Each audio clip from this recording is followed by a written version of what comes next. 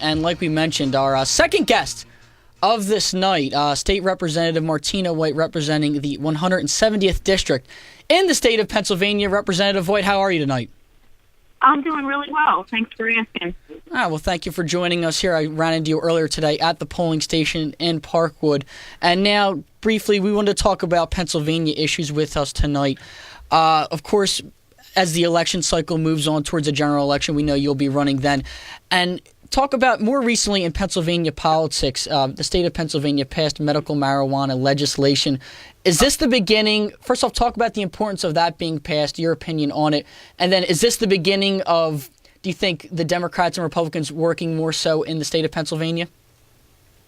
So Senate Bill 3, which is, the medical marijuana bill that had passed through and that I had supported, and that the governor signed into law, which is very exciting because we're able to help a lot of local families and children who have had medical conditions that they haven't been able to receive the type of treatment that would allow them to, reduce the level of pain that they've been experiencing. And I think it's important to note that, yes, it was a bipartisan bill. We did have a number of people who were, just extraordinarily in support of making sure that this bill got through successfully. And we're really proud of it.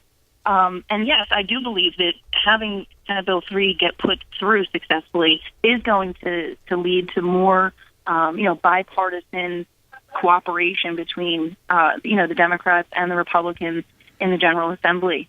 I think it's a fantastic thing. We do, especially even myself as a legislator, I do reach across the aisle to work and find the type of issues that we can all agree need to be addressed and can find a solution that will be pushed through successfully. There's no sense in arguing about issues that neither side is ever going to agree upon. I mean, it's important to keep the issues moving forward, but I think it's more important to make progress on key issues that are actually going to have solutions that can be implemented, such as, for instance, this medical marijuana being passed. It's really a tremendous accomplishment for the General Assembly, as well as our governor. And so you've talked about some of these issues as we've gone through kind of this election cycle and people have developed their opinions where they lie. What issues are important to those people that lie inside your district, have you found? That's a great question. The primary issue that voters and even constituents that I've seen in door knocking and have met throughout the district, they are concerned about jobs. They are looking for good paying jobs. And, unfortunately, we see a lot of, companies not only leaving Philadelphia, leaving Pennsylvania, but leaving the United States. And it's leaving our people, working class people, middle class people, working families in a position where they're not able to pay, for the type of quality education they've come to expect and deserve. We definitely need better paying jobs in our area. Another key concern for people in my district is, we want to make sure that our neighborhoods stay safe. We know that our law enforcement officers are doing the very best that they can, that they are at a 22-year low in law enforcement, officers being able to participate in the force. So we need to, expand that. We need to get our officers the resources that they need in order to do the job that it takes to protect our constituents, protect Philadelphians, and make sure that families can feel comfortable in the neighborhood that, they want to raise their family in. Sure. And so I want to kind of transition now into something else, something that you have actually introduced into the Pennsylvania House, and that is a bill that is aimed at sanctuary cities. Could you talk a little bit about that bill? Yes. So the sanctuary city bill, it's really a policy that would make sure that if a mayor or a municipality was to declare themselves a sanctuary city, that if there was to be an illegal immigrant that committed a crime or caused damage to a citizen, then those damages that were incurred, the city is going to take on the responsibility because they have actually, in essence, created a sanctuary for the criminal element that exists within the illegal, immigrant community. And so that, is the primary, summary of the bill. Do you anticipate the Democratic support with this? Like you mentioned, you anticipate that there will be bipartisan support moving forward, like starting with this medical marijuana legislation being passed. Do you anticipate Democrats in the state of Pennsylvania that are elected officials to join you on this bill? There are already a couple of Democrats who have co-sponsored my bill. I suspect that there will be an additional, influx of bipartisan support for my bill as it approaches as it comes out of committee, and then hits the House floor. So I'm looking forward to making sure that those members who are interested in getting involved in the bill are interested in excuse me, in moving forward on protecting citizens against the sanctuary city status. And now, Representative White, what is the reaction from constituents that you've talked about? Are they supportive of this? Are they thinking that, oh, I'm glad you introduced this, it's time somebody do something about it? Because certainly it came up in the mayoral campaign in Philadelphia this past cycle. What are people that you've talked to saying about it? Well, like I mentioned earlier, my district it's primarily working class families and retired folks. And the last thing that they want to see is their tax dollars being spent on folks who are not necessarily supposed to be here to begin with. But secondly, and most importantly, is their safety. And I know that this was an issue that had been brought up.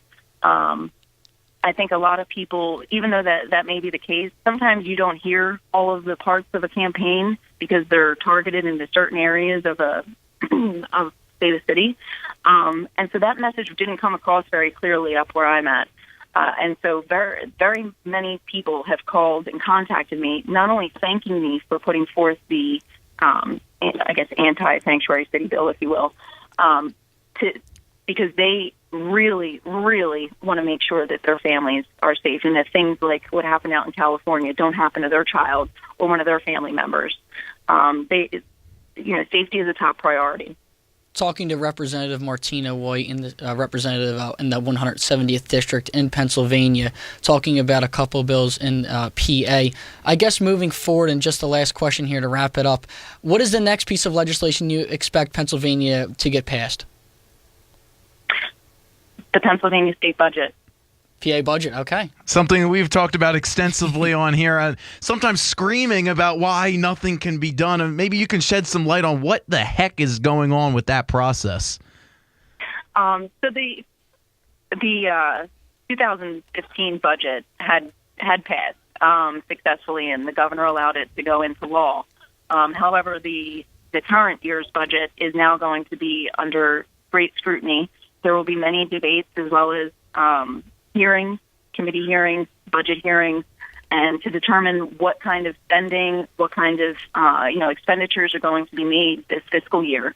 And that's going to come down to everyone, like I said, working together, finding issues that everyone is able to not only vote on, but feel confident that that is what their district wants.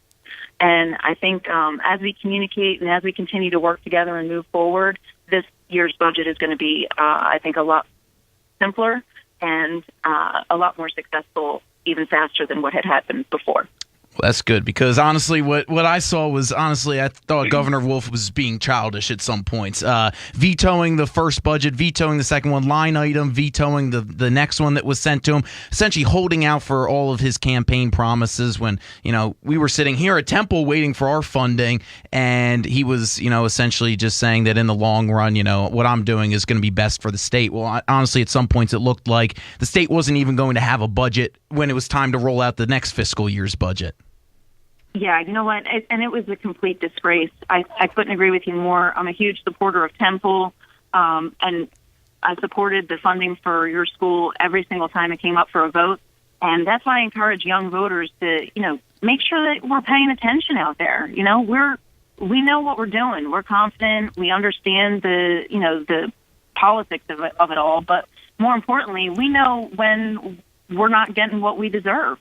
And so I encourage young voters to get out there and, vote for the candidates, do your research, find out who is going to support you and what exactly is going to help you in your future.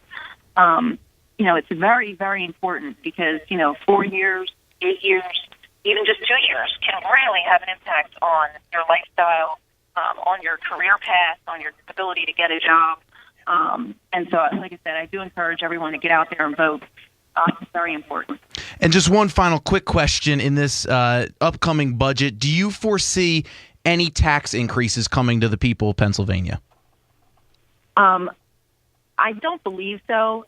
I would have to wait until after the hearings are, finalized, and then Sure. we have our caucus discussions to determine whether or not there would be any tax increases. At least my end goal is to make sure there's no tax increases on families, working families. If there's anything else that comes up that has to be negotiated out with our governor, who is very adamant on increasing our taxes,